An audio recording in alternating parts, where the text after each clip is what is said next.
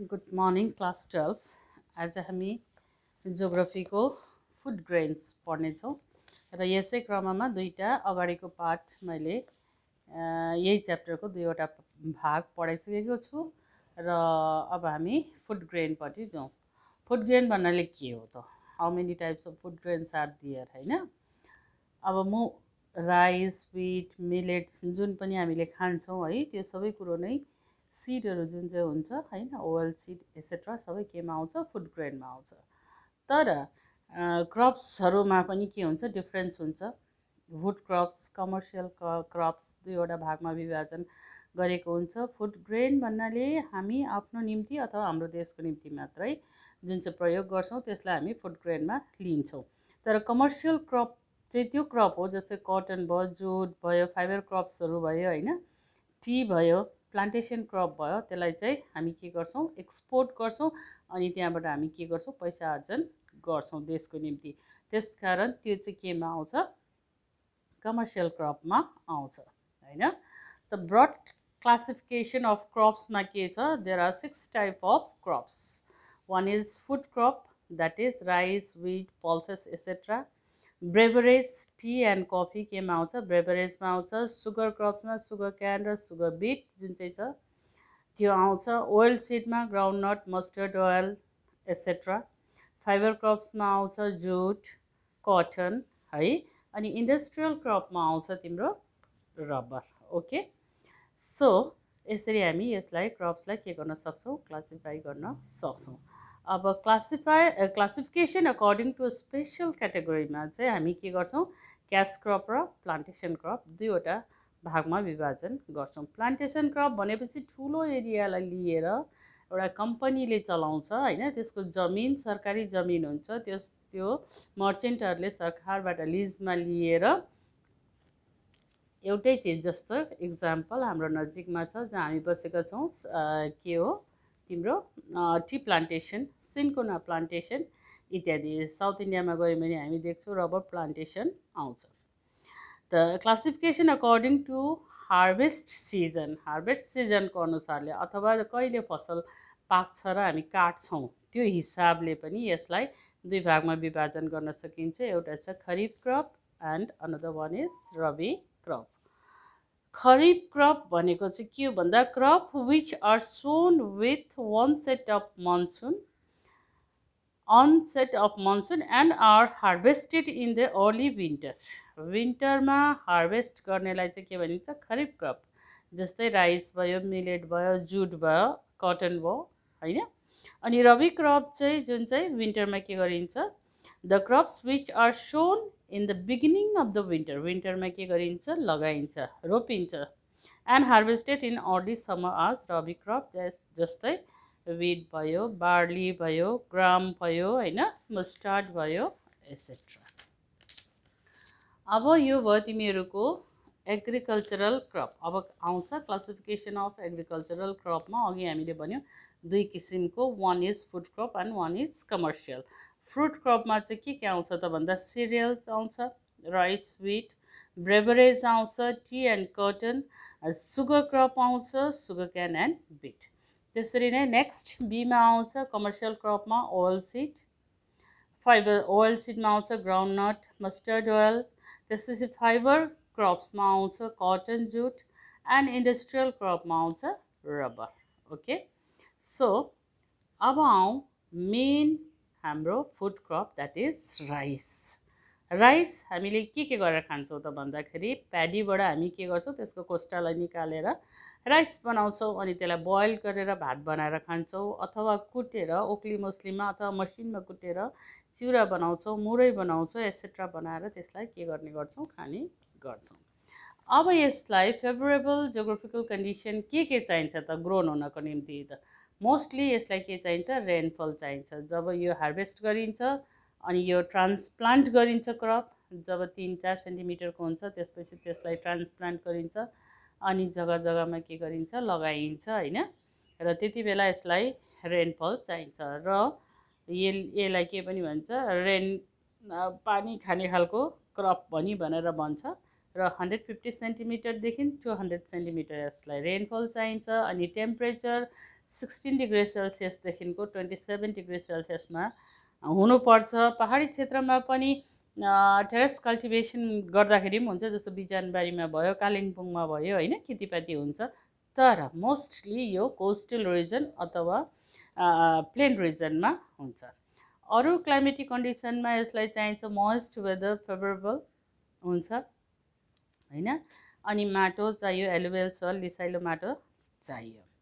र यसलाई के पनि भन्छ, थर्स्टी क्रप पनि भनिन्छ, किनभने यसलाई के चाहिन्छ, पानी धेर चाहिन्छ। फर्टाइल एलुभियल सोइल अथवा कोस्टल फ्लड प्लेनले बगाएर ल्याएर बनाएको जमिन भयो भने यसलाई राम्रो हुन्छ।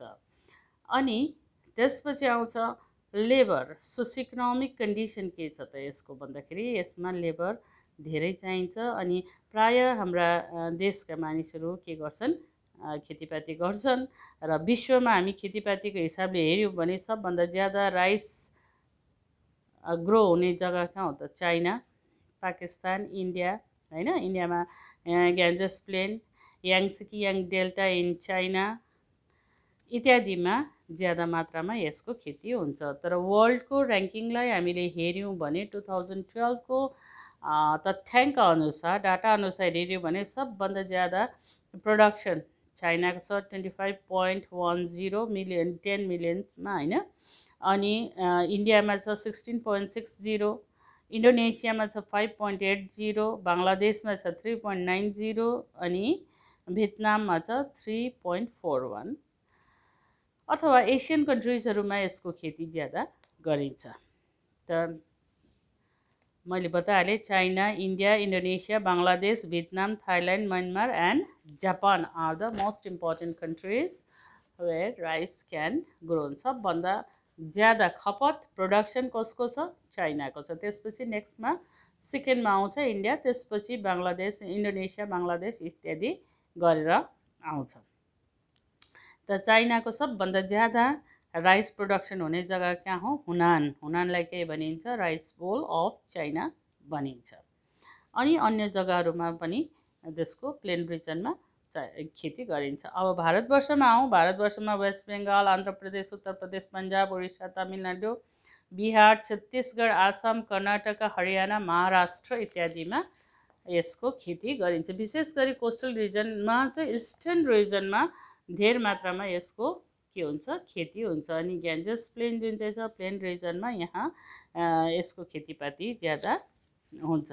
र प्राय नै भारतवर्षको प्राय हिली रिजन छोडेर सबै रिजनमा नै यसको खेतीपाती हुन्छ। त यसको प्रब्लम के छ त, what are the problems of rice production भन्दाखेरि अघि नै भनिहालेँ, यो कस्तो क्रप हो, थर्स्टी क्रप हो। यसलाई के चाहिन्छ, रेनफल ज्यादा चाहिन्छ।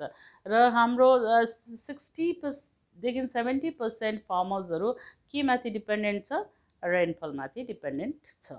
त्यस कारणले गर्दा फर्स्ट प्रब्लम त के हुन्छ भन्दाखेरि, कहिले पनि हाम्रो भारतवर्षको क्लाइमेट कस्तो छ, मनसुनल टाइप अफ क्लाइमेट छ।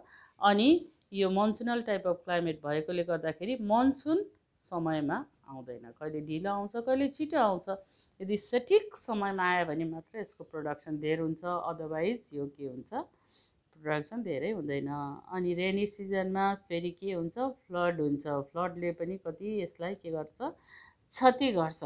अनि केमिकल फर्टिलाइजरहरू धेरै लगाएकोले गर्दा, जस्तो रेभोल्युसन, ग्रिन रेभोल्युसन भयो 3rd 5-year प्लानमा, त्यति बेला ज्यादा के प्रयोग गरियो, पेस्टिसाइड्स, इन्सेक्टिसाइडहरू युज गरियो। त्यस कारणले गर्दाखेरि यदि त्यसले गर्दा जमिनमा के पार्छ, असर पार्छ। अनि यसको प्रोडक्सनमा पनि ह्रास आउँछ। त्यसरी नै सबै जग्गामा हाई यिल्डिङ भेराइटी सिड पाउन सम्भव हुँदैन, तसर्थ प्रोडक्सन धेरै हुँदैन। अनि preservation, rice preservation facilities is quite limited है, त्यो पनि एउटा कारण हो जसले गर्दा यसलाई असर पार्छ। In many cases small holding stand in the way of the introduction of the scientific method of cultivation, particularly machine cultivation. मेकनाइजेसनको कुरा गऱ्यो भने कुनै कुनै स्टेट मात्र, जस्तो ग्रिन रेभोल्युसनको निम्ति केस स्टडीको हिसाबले पन्जाब हरियाणाले लिएको थियो। त्यसर्थ त्यहाँको ल्यान्ड डिस्ट्रिब्युसन के छ भन्दाखेरि ठुलो जग्गा छ, त्यस कारणले गर्दा त्यसलाई के गर्न सकिन्छ त तिम्रो त्यसलाई मेकनाइज गर्न सकिन्छ। ट्र्याक्टरले जोत्न, ट्र्याक्टरले नै हार्भेस्ट गर्न, सोइङ गर्न, होइन, पराल काट्नु इत्यादि सकिन्छ।